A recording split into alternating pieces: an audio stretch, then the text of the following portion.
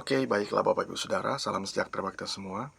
Selamat kita berjumpa kembali dalam channel Paulus Pinonto Antirayo di program Menang Bersama Yesus. Saat ini saya akan menemani Bapak Ibu Saudara dalam beberapa waktu ke depan. Namun sebelum Bapak Ibu Saudara nonton video ini, jangan lupa tekan tombol subscribe, komen, like sebanyak-banyaknya, dan jangan dilewati video ini atau tonton terus video ini sampai akhir agar Bapak Ibu Saudara mendapatkan notifikasi khotbah-khotbah dan renungan-renungan dari saya. Dan terima kasih kepada Bapak Ibu Saudara yang sudah subscribe channel ini. Semoga channel ini makin berkembang berkat dukungan dan support dari Bapak Ibu yang telah diberkati oleh Tuhan. Doa kami, doa saya untuk Bapak Ibu Saudara agar supaya Tuhan selalu memberkati, berikan kekuatan, kemampuan, kesehatan, dan keberhasilan menjadi milik bagian Bapak Ibu Saudara. Jika Bapak Ibu Saudara membutuhkan layanan doa, silakan tinggalkan komentar di kolom komentar ini atau bisa hubungi kami di 0852 40 30 29 30. Nanti tim doa kami, tim doa Yabes, akan mendoakan Bapak Ibu Saudara. Dan tema renungan saya saat ini adalah memiliki strategi. Bapak Ibu Saudara, pemenang dalam kompetisi dunia yang ketat adalah mereka yang memiliki strategi yang terbaik, ya. Mereka memiliki strategi yang paling menonjol. Nah, pengertian strategi secara umum berarti serangkaian tindakan terencana, ya, dan dilakukan untuk mencapai sebuah tujuan. Jadi dia sudah plan dulu, dia sudah persiapan dulu, prepare dulu, lalu kemudian dia laksanakan untuk mencapai tujuan. Nah, pemenang dalam kompetisi dunia yang ketat, ya, harus benar-benar menyiapkan diri mereka. Nah, Alkitab mencatat Raja Daud sebagai seorang ahli strategi dalam banyak hal. Salah satunya dalam berperang. Kita tahu bersama bahwa Raja Daud ini tidak seperti Salomo. Kalau Raja Daud itu hari-hari hidupnya sering berperang, Salomo tidak demikian. Nah, lalu kemudian Daud memiliki perwira-perwira yang handal, dapat diandalkan, lalu kemudian memiliki persenjataan yang lengkap, dan ia sangat mengenal karakteristik bangsa-bangsa di tanah Kanaan. Nah, Bapak Ibu Saudara, namun saat peperangan terjadi akan berlangsung, Daud memilih untuk mempercayai dirinya kepada Tuhan atau mempercayakan dirinya kepada Tuhan, sang Raja, sang Tuhan yang memerintah atas hidupnya, untuk mengatur semua strategi yang dia butuhkan. Ia meminta Tuhan memberitahukan cara untuk memenangkan peperangan. Saat melawan orang Filistin, strategi pertama adalah perang secara terbuka di medan perang. Dan ini yang dilakukan oleh Raja Daud. Dia hanya bertanya kepada Tuhan. Ini adalah strategi paling jitu, paling ampuh yang dimiliki oleh seorang Daud. Bapak Ibu Saudara, lalu kemudian kita bisa melihat hal itu terjadi di kitab 2 Samuel pasal 5. Kita boleh baca firman Tuhan yang terdapat dalam 2 Samuel pasal 5 ayat 17 sampai ayat yang 19. Saya akan bacakan buat kita semua. Ketika didengar orang Filistin bahwa Daud telah diurapi menjadi raja atas Israel, maka majulah semua orang Filistin untuk menangkap Daud. Tetapi Daud mendengar hal itu, lalu ia pergi ke kubu pertahanan. Ketika orang Filistin itu datang dan memencar di lembah Refaim, bertanyalah Daud kepada Tuhan, apakah aku harus melawan orang Filistin itu? Akan kau serahkankah mereka ke dalam tanganku? Tuhan menjawab Daud, majulah, sebab aku pasti akan menyerahkan orang Filistin itu ke dalam tanganmu. Bapak Ibu Saudara, sebagian orang yang dipakai oleh Tuhan, yang mungkin pernah dipakai oleh Tuhan, tidak seperti dilakukan oleh Daud. Daud adalah orang yang berbeda. Dia ketika menjadi seorang raja atas Israel, dia tidak langsung mempergunakan haknya dia. Dia tidak langsung mengambil keputusan sendiri, tetapi dia bertanya kepada Tuhan.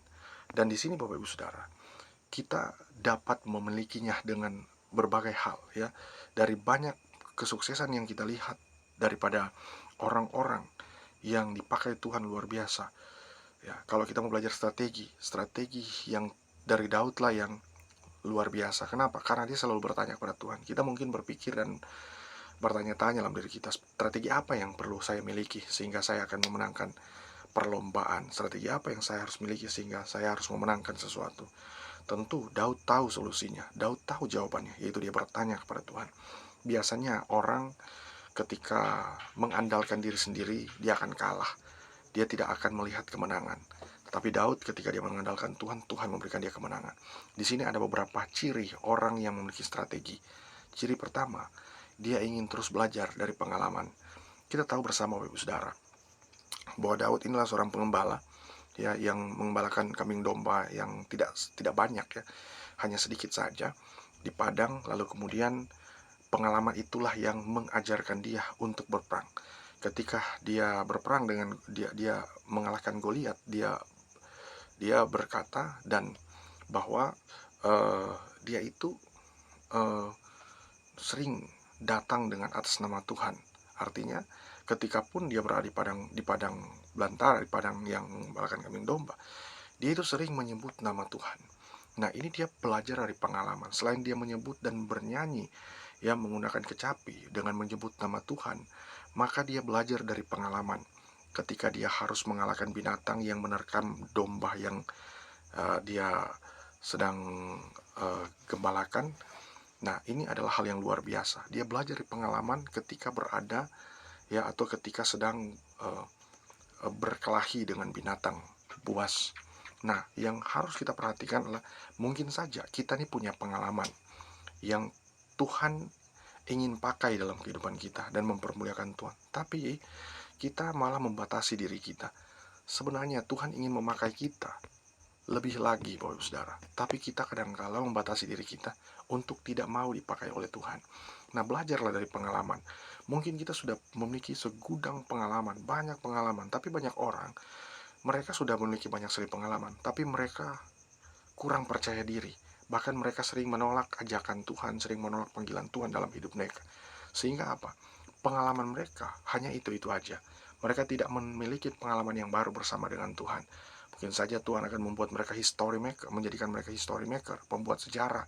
Ya, sama seperti tokoh-tokoh Alkitab dan lain sebagainya, dan para sejarah dan para tokoh-tokoh yang lain. Nah, di sini kita harus perhatikan bahwa inilah ciri orang yang memiliki strategi. Dan ciri orang yang memiliki strategi kedua adalah dia ingin terus belajar dari kesalahan. Bapak Ibu tahu, Daud adalah orang yang berkenan di hati Tuhan. Makanya dia terus belajar dari kesalahan. Daud bukan orang yang sudah perfect, sudah sempurna, dan sudah sangat sempurna. Daud ketika dia sering bertanya kepada Tuhan, ataupun ketika dia sukses, bahkan dia selalu menang dalam pertempuran, kadangkala dia lengah, dia jatuh dalam kesalahan. Tetapi dia belajar dari kesalahan yang terjadi dalam hidupnya.